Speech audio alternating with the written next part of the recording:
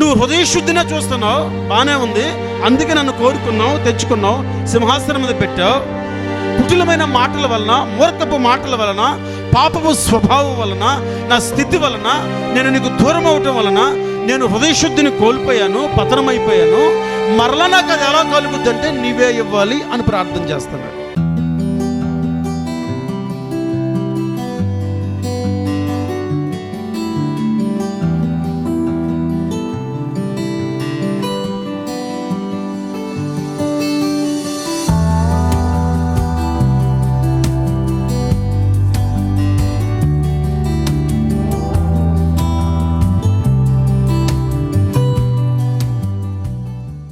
కొద్ది నిమిషాలు ఈ పూట మనం దేవుని మాటలు ధ్యానం చేద్దాం. మొదటి దినాన మనం ధ్యానం చేసాం ఉపవాసం ఎందుకు అని. రెండవ దినాన ధ్యానం చేసాం పశ్చాత్తాపంలో ఉన్న శక్తి ఏంటని. మూడవ దినాన కొన్ని మాటలు ఈ పూట ధ్యానం చేద్దాం. ఒక ఊరిలో ఒక యవనస్తుడికి బాగా దాహం వేసి ఒక ఇంటికి వెళ్ళారు. ఆ ఇంట్లో ఉన్న వాళ్ళు ఆ యవనస్తుడు బాగా దాహంగా ఉన్నాడని ఒక గ్లాసుడు మంచినీరు ఆ వ్యక్తికి ఇచ్చారు. ఆ గ్లాసుడు మంచినీరు తీసుకున్న వ్యక్తి దాన్ని తాగల. ఎందుకు తాగలేదంటే మురికుంది అన్నాడు. ఏముందంట? మురికుంది. అయ్యా ఇప్పుడే ఇంట్లోంచి తెచ్చాను నేను మంచినీళ్ళు అని ఆవిడ అంటది. ఆ అబ్బాయి అంటున్నాడు, నువ్వు ఇచ్చిన నీళ్లు మంచివే కానీ నువ్వు తెచ్చిన గ్లాసు లోపల మురికుంది అన్నాడు. మానవ జీవితాలు పైకి శుభ్రంగా కానీ అందంగా కానీ కనపడచ్చు, కానీ ఆత్మీయంగా కనపడచ్చు, కానీ దేవుడు హృదయ శుద్ధిని చూస్తాడు. మొదటి రోజు ఉపవాసం ఎందుకు అని ధ్యానం చేసాం. రెండవ రోజు పశ్చాత్తాపం గురించి ధ్యానం చేసాం. ఈ మూడవ దినమున హృదయ శుద్ధి అనే ఒక చిన్న మాటని పూట మనం ధ్యానం చేద్దాం. బైబిల్ గ్రంథంలో నుంచి మత్తయి సువార్త 5వ అధ్యాయము 8వ వాక్యాన్ని చదువుదాం. మత్తయి సువార్త 5వ అధ్యాయము 8వ వాక్యం. హృదయ శుద్ధి గలవారు ధన్యులు, వారు దేవుని చూచెదరు. చిన్న ప్రార్థన చేసుకుందాం. కృపామయుడా మీకు స్తోత్రమయ్యా. ఈ రాత్రికాల సమయంలో మరొక మారు 3వ దినమున నీ సముఖమందుకు మేము సమకూర్చబడడానికి మీరు చూపిన కృపను బట్టి వందనాలు తెలియజేస్తున్నాం. మీరు ఎంతైనా నమ్మదగిన వారు, అందుని బట్టి స్తోత్రాలు. ప్రభువా, ఈ రాత్రికాల సమయంలో మేము ధ్యానిస్తున్న ప్రతి మాట మీ నామ మహిమార్థమైనటకు నీ కృపను దయచేయండి. చదువుబడిన లేఖనాల్లోంచి సమయోచితమైన జ్ఞానంతో వివరించగలిగిన నీ కృపను మీరు నాకు అనుగ్రహించండి. మా అందరికీ ప్రభు అర్థమగు రీతిలో మీరే బోధించమని నజరేయుడగు యేసుక్రీస్తు నామములు అడిగి వేడుకొనుచున్నాము తండ్రి, ఆమేన్. హల్లెలూయా, హల్లెలూయా. యేసుక్రీస్తు ప్రభువారు కొండ మీద ప్రసంగం చేస్తున్నప్పుడు ఆయన నోరు తెరిచి ఆయన ఏం చెప్పాడంటే, హృదయ శుద్ధి గలవారు ధన్యులు.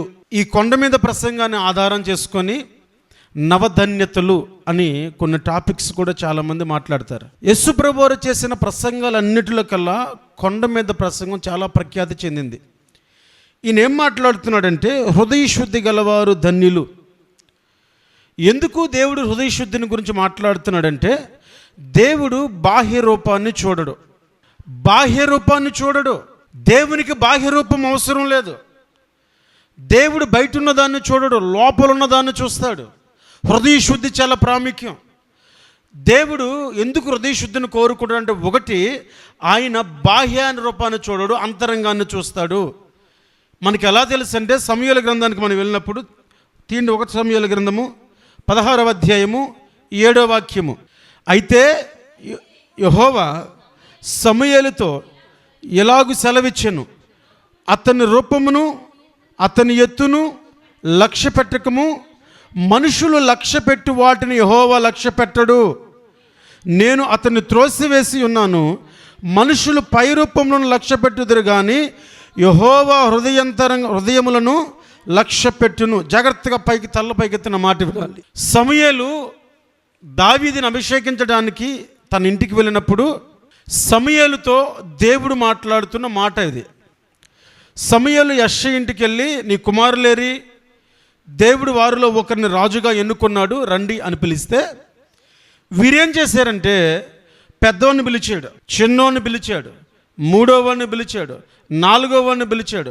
ఇలా ఉన్న కొడుకులందరినీ పిలుస్తుంటే దేవుడు అంటాడు, నువ్వు రూపాన్ని చూడొద్దు, అందాన్ని చూడొద్దు, ఎత్తును చూడొద్దు, బాహ్యాన్ని పరీక్షించొద్దు, అంతరంగం నాకు ప్రాముఖ్యం.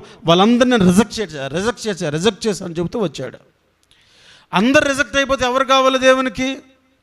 అందరు వద్దనుకుంటే ఇంకెవరు కావాలి దేవునికి అనేది సమూయేలు యొక్క సమస్య. అప్పుడు సమూయేలు అడుగుతున్న మాట ఏంటంటే, వీరేనా, ఇంకెవరైనా పిల్లలు ఉన్నారా నీకు అని అడిగాడు. అప్పుడు ఆయన అన్నాడు, ఒకడున్నాడయ్యా, కడసరివాడు, ఆఖరోడు ఒకడున్నాడు. ఈయన అన్నారు, అయితే ముందు ఆ వ్యక్తిని పిలిపించు, ఆ పిల్లవాడు వచ్చిందాక నేను కూర్చుంటాను అన్నాడు. ఒక మనిషి వెళ్ళి అరణ్యానికి వెళ్ళి అరణ్యంలో ఉన్న దావీదును వెతికి దావీదును కనుగొని దావీదును తీసుకొని వచ్చేంత వరకు సమూయేలు కూర్చొనే ఉన్నాడు. దావీదు నడుచుకుంటూ వస్తున్నప్పుడు సమూయేలుతో దేవుని ఆత్మ మాట్లాడుతూ, పరిశుద్ధాత్మ దేవుడు మాట్లాడుతుంటాడు, నేను కోరుకున్నవాడు ఇతడే, లేచి అభిషేకించు అన్నాడు. నేను కోరుకున్నవాడు ఇతడే, లేచి అభిషేకించు. నువ్వేమో రూపాన్ని చూస్తున్నావు, నేను అంతరంగాన్ని చూస్తున్నాను. నీకు పైరూపం ప్రాముఖ్యం, నాకు అంతరంగము ప్రాముఖ్యం. ఎందుకు హృదయ శుద్ధిని దేవుడు కోరుకుంటాడంటే ఆయన రూపాన్ని చూసి భ్రమపడిపోడు. ఎందుకు హృదయ శుద్ధిని కోరుకుంటాడంటే ఆయన మాట నేర్పరతనము చూసి సంతోషపడిపోడు. ఎందుకు దేవుడు హృదయ శుద్ధిని కోరుకుంటాడంటే బాహ్యంగా కనపడే దేహదారుణ్యాన్ని బట్టి ఆయన సంతోషపడేవాడు కాదు. కొందరు రథములను బట్టి, కొందరు వారికి ఉన్న బలమును బట్టి, గుర్రములు బట్టి అతిశయిస్తారు, కానీ దేవుడు అలాంటి వాడు కాడు. దేవుడు అలా జరగదు. దేవుని విషయంలో అలా ఎప్పుడు జరగదు. దేవుడు దేన్ని చూస్తాడంటే అంతరంగాన్ని చూస్తాడు. ఎందుకు ఆయన హృదయ శుద్ధిని కోరుకుంటున్నాడంటే మొదటిగా ఆయన బాహ్యాన్ని కాదు, అంతరంగాన్ని చూస్తున్నాడు. ఒకవేళ హృదయం చెడిపోతే, నా భావన అర్థమవుతుంది, ఒకవేళ హృదయము చెడిపోతే, ఇర్మియా అంటాడు, హృదయము అన్నిటికంటే ఘోరమైనది, బహుమోసకరమైన వ్యాధి గలది, దాన్ని ఎవడు గ్రహింపగలడు? అయితే మనకు తెలియాల్సిన విషయం ఏంటంటే హృదయంతరంగంలో పరిశీలించేవాడు ఒకడు ఉన్నాడు, హృదయంతరంగంలో చూస్తున్నవాడు ఒకడు ఉన్నాడు. మనం సామెతల గ్రంథానికి వెళ్ళి 4వ అధ్యాయము 24వ వాక్యం చదువుదాం. మూర్ఖపు మాటలు నోటికి రానీకము, పెదవుల నుండి కుటిలమైన మాటలు రానీకము.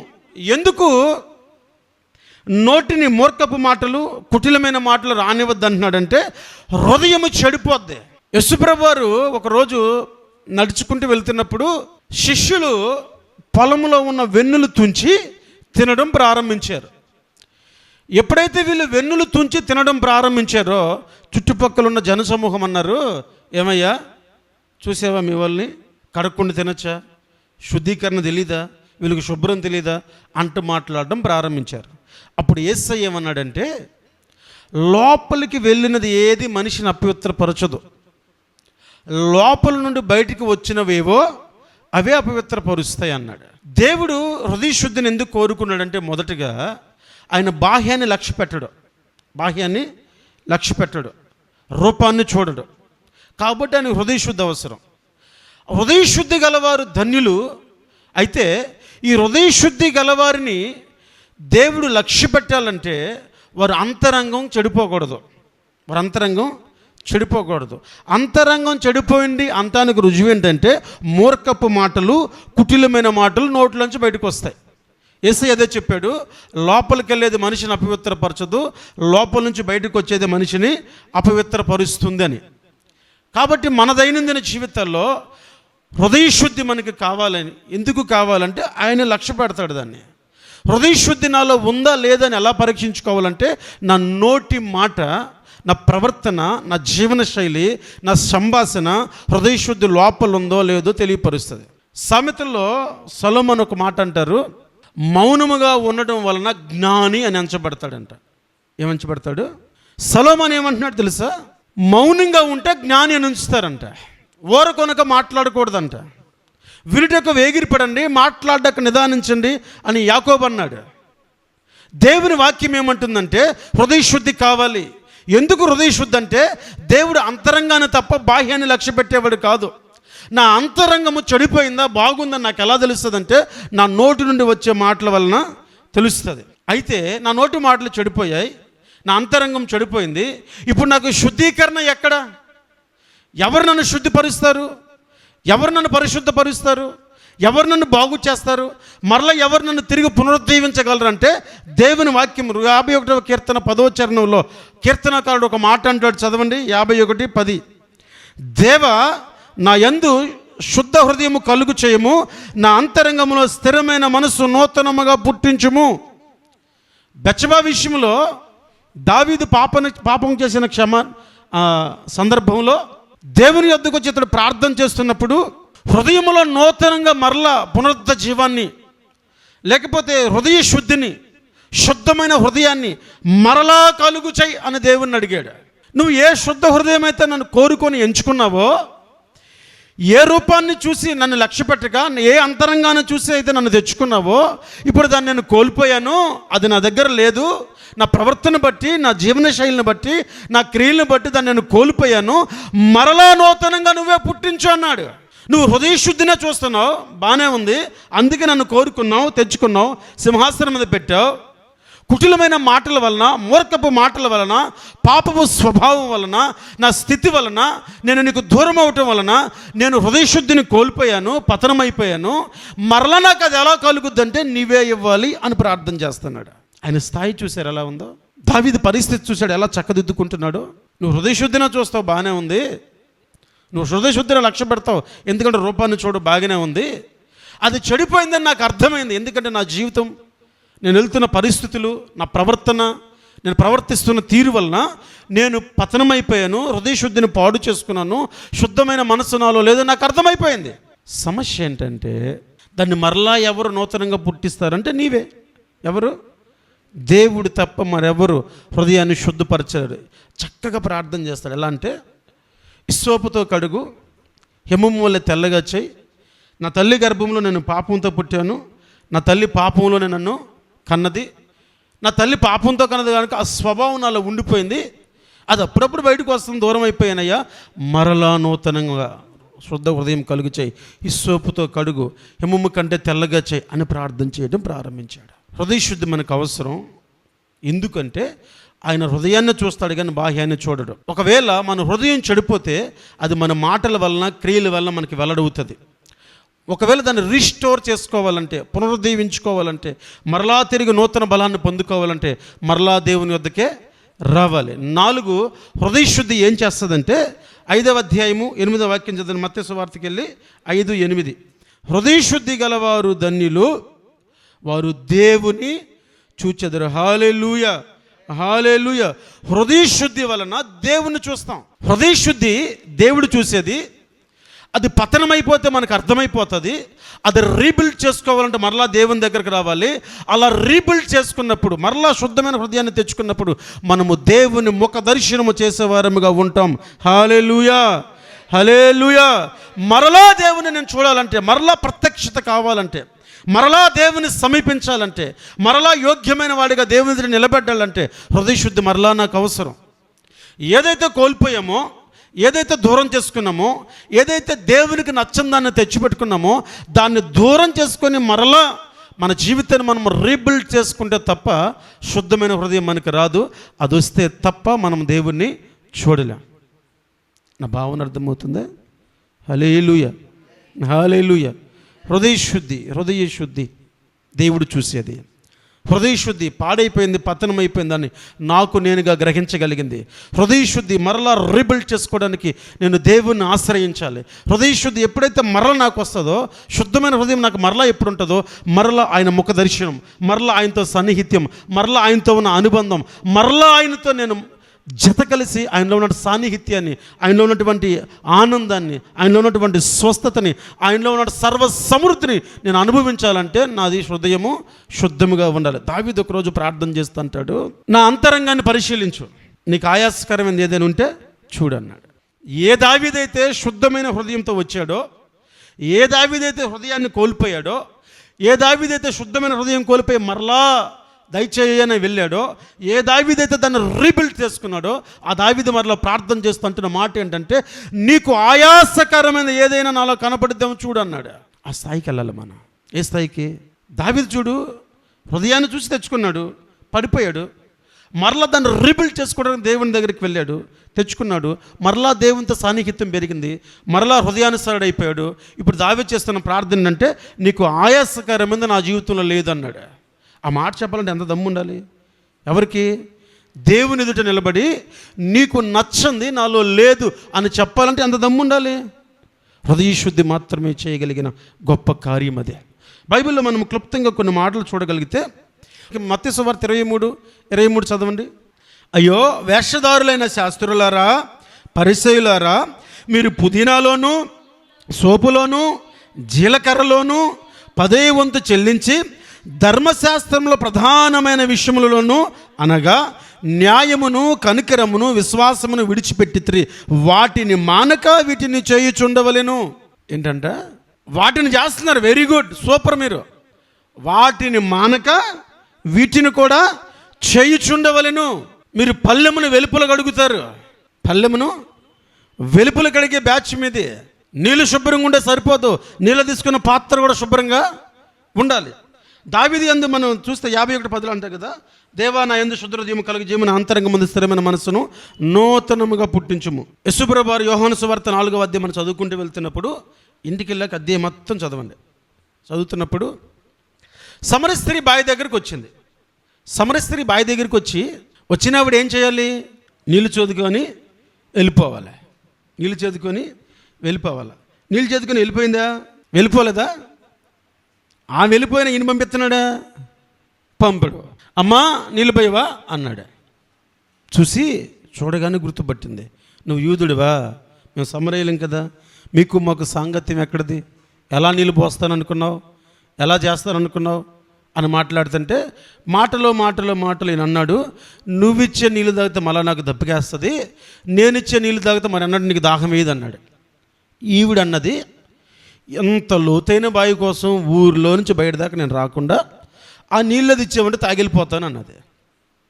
అప్పుడు ఆయన అన్నాడు, నీవు నీ పెనిమిటి ఇద్దరు కలిసి వస్తే మీ ఇద్దరు కలిపి నీళ్ళు ఇస్తానన్నాడు. ఆవిడన్నది, నాకు పెనిమిటి లేడయ్యా అన్నది.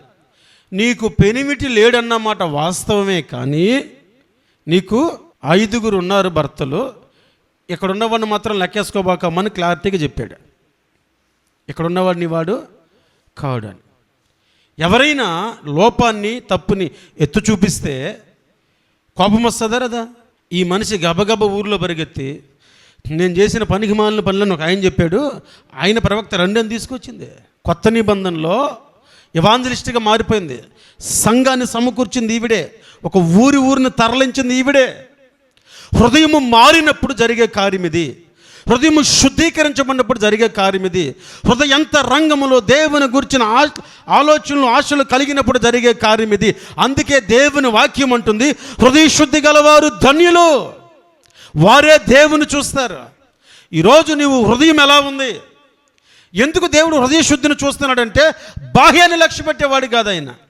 ఒకవేళ నా అంతరంగం చెడిపోయిందంటే మొదట నాకే తెలుస్తుంది. తెలిసినప్పుడు నేనేం చేయాలంటే, దాన్ని ఎవరు బాగు చేయగలరో ఆయన దగ్గరికి వెళ్ళాలి. ఆయన నజరేయుడైన యేసు. ఆయన దాన్ని రీబిల్డ్ చేస్తాడు. రీబిల్డ్ చేసిన తర్వాత నాలో కలిగే కార్యం ఏంటంటే, మరలా నేను నూతన ఆనందాన్ని పొందుకుంటాను, మరలా నూతన కృపను పొందుకుంటాను. నేను దేవుణ్ణి చూడగలిగే స్థాయికి, దేవునితో మరలా సహవాసం చేసే స్థాయికి వెళ్ళిపోతాను. ఆ స్థాయికి వెళ్ళిపోయిన వారిలో సమరయ స్త్రీ ది బెస్ట్. గ్రామంలోకి వెళ్ళి, నేను చేసినవన్నీ నాతో చెప్పిన వాడిని చూశాను, మీరు కూడా చూద్దురు రండి అని తీసుకొచ్చింది. ఈలోపు శిష్యులు వచ్చారు, యేసుప్రభువా నీకోసం భోజనం తెచ్చాం తినవా అన్నారు. ఆయన అన్నాడు, మీకు తెలియని ఆహారం నాకు ఉంది అన్నాడు. ఈలోపు అనుకుంటున్నారు, ఎవరైనకి పెట్టారా బాగా, మనల్ని పంపించి బాయికాడ కూర్చున్నాడు, ఆ నీళ్ళు వచ్చుంటారు, ఎవరొకరు పెట్టారు, మనమే తిరిగి వస్తున్నాం అన్నాడు. నా తండ్రి చిత్తమును నెరవేర్చుటయే నాకు ఆహారము. భూమి మీద అలాగే బ్రతికాడు. దేవుని వాక్యం ఉంటుంది, హృదయ శుద్ధి కావాలని. ఈ 21 రోజు ఉపవాస ప్రార్థన ముగిసేలోపు, ఉపవాసంలో బలపడి, ఈ 21 ఉపవాస ప్రార్థన ముగిసే లోపు పశ్చాత్తాపంలో ఉన్న శక్తిని గ్రహించి హృదయ శుద్ధి కలిగి దేవునిలో మనం ఎదుగుదుముగాక. ఆమేన్.